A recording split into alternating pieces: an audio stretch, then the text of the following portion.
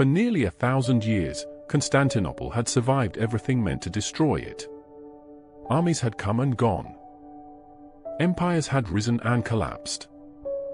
And still the city stood, protected by walls so vast and complex they were believed to be unbreakable. 3 layers deep. Towers, moats, gates designed to trap and kill attackers. To the outside world, Constantinople was eternal. But by 1453, that image was already a lie.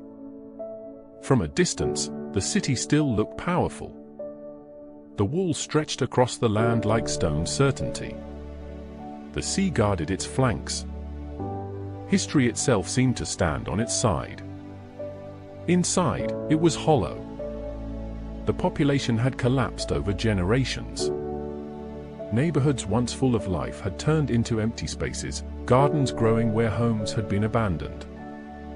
Entire districts were quiet, not because of peace, but because there were no people left to make noise. Money was gone. The empire that once controlled trade between continents now struggled to pay its soldiers. Many sections of the wall were maintained by tradition rather than resources. Repairs were delayed. Supplies were rationed. Confidence replaced preparation. The defenders told themselves the walls had never failed. That belief became a substitute for action. When reports arrived that the Ottomans were preparing for war, they were received calmly. Constantinople had faced sieges before. This would be another one. The city would endure, as it always had. What few understood was that survival in the past had come from strength, manpower, wealth, unity. This time, the city had none of those. The walls still stood. The legend still lived. But the city behind them was already breaking apart, quietly, piece by piece, long before the enemy ever reached the gates. By the time the siege became unavoidable, Constantinople was no longer a capital in any real sense. It was a monument to what had been. The population, once counted in the hundreds of thousands, had fallen to a fraction of that number. Entire neighborhoods stood abandoned. Fields and gardens filled spaces where markets and homes once thrived. The city had not been destroyed by invasion, it had slowly drained itself of life. Money was the deeper problem.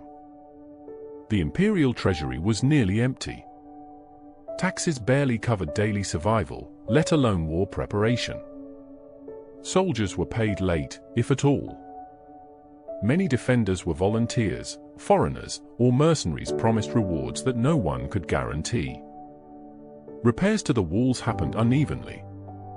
Some sections were reinforced carefully. Others were left to age and hope. There was no grand plan, only desperate maintenance. The emperor sent letters across Europe, begging for help. Promises came back quickly. Troops, ships, money, all supposedly on the way. None of it arrived. Venice hesitated. Genoa calculated risk. The great powers of Christendom argued among themselves while the city waited. Every delay made the truth harder to ignore. Inside the walls, morale slipped. People prayed. They argued. They blamed each other. Some believed God would intervene as he had before. Others quietly prepared for the worst, hiding valuables or planning escape by sea. The city was no longer united by confidence, only by habit. Everyone knew the Ottomans were coming. Everyone could see the banners gathering beyond the horizon. And still, preparation felt symbolic rather than serious. Constantinople was standing on memory and promises. Neither could stop an army. As the Ottoman army gathered beyond the walls, the greatest battle inside Constantinople was not being fought with weapons. It was being fought over belief. For years, the city had been split by a bitter religious conflict. One side supported reunification with the Western Church, believing it was the only way to secure military aid from Europe. The other saw this as betrayal, a surrender of identity in exchange for empty promises. The emperor chose reunification. The decision was meant to save the city. Instead, it fractured it. Churches that once united the population became symbols of division. Some citizens refused to attend services held under the new agreement. Others openly claimed they would rather see the city fall than submit spiritually to the West. This was not quiet disagreement. It was public, emotional, and corrosive. While cannons were being prepared outside the walls, people inside argued about doctrine. While supplies were being counted, loyalty was being questioned. Trust eroded at the exact moment unity mattered most. Morale suffered badly. Defenders stood on the walls beside men they did not trust. Leaders gave orders to citizens who doubted their legitimacy. Every setback was interpreted as divine punishment by one side and political failure by the other. Rumors spread faster than facts. Some claimed angels would protect the city. Others whispered that God had already abandoned it. Both beliefs led to the same outcome, inaction disguised as faith. The Ottomans did not need to exploit this division. It was already doing their work for them. By the time the siege tightened, Constantinople was no longer a single city facing an enemy. It was multiple factions sharing the same walls, waiting for a miracle instead of building a defense. And miracles do not arrive on schedule. At first, hope lingered in small, careful ways. Each day, defenders scanned the sea, searching for sails. Messengers whispered that fleets were gathering, that relief was delayed, not denied. The idea that help was coming became a ritual more than a belief. Then the days passed, and nothing appeared. The Ottoman cannons began their work, pounding the walls again and again. The noise never stopped. Stone cracked. Dust filled the air. Repairs were made at night with whatever materials could be found. By morning, the damage returned. Inside the city, people began to understand what silence meant. No Western army was coming. No fleet was on the horizon. The letters had been answered with words, not soldiers. Constantinople was alone. Once that realization settled in, everything changed. Fear replaced hope, but worse than fear was resignation.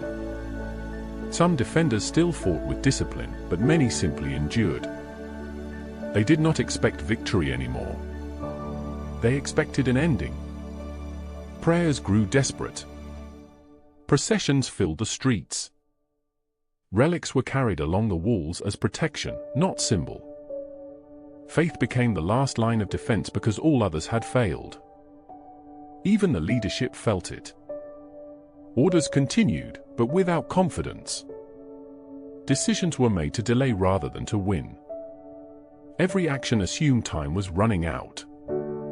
The Ottomans noticed. They did not rush.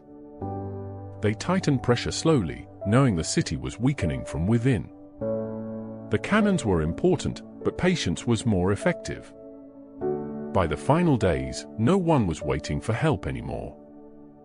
They were waiting for the moment the walls would finally give them permission to stop pretending. When the final assault came, it was violent and loud, but it was not surprising. The defenders were exhausted. Many had not slept properly in weeks. Sections of the wall were damaged, hastily repaired, and damaged again. The legendary defenses still stood, but they were no longer whole. When the breach opened, resistance was brief and uneven. Some fought fiercely. Others retreated immediately. Not because they were cowards, but because they already knew the outcome. The fight had been decided long before the first ladder touched the stone. Constantinople did not collapse in a single moment. It had been collapsing quietly for years. By the time Ottoman troops poured into the city, order vanished almost instantly. Leaders were killed or overwhelmed.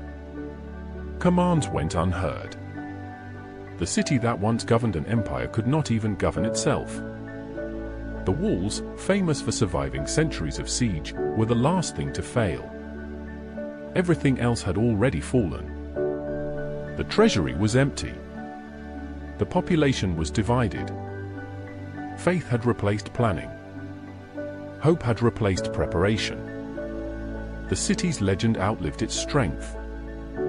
History often remembers the fall of Constantinople as a dramatic conquest, cannons, banners, a final charge.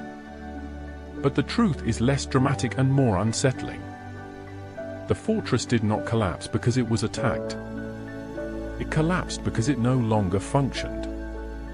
By the time the enemy arrived, Constantinople was already a city waiting to end.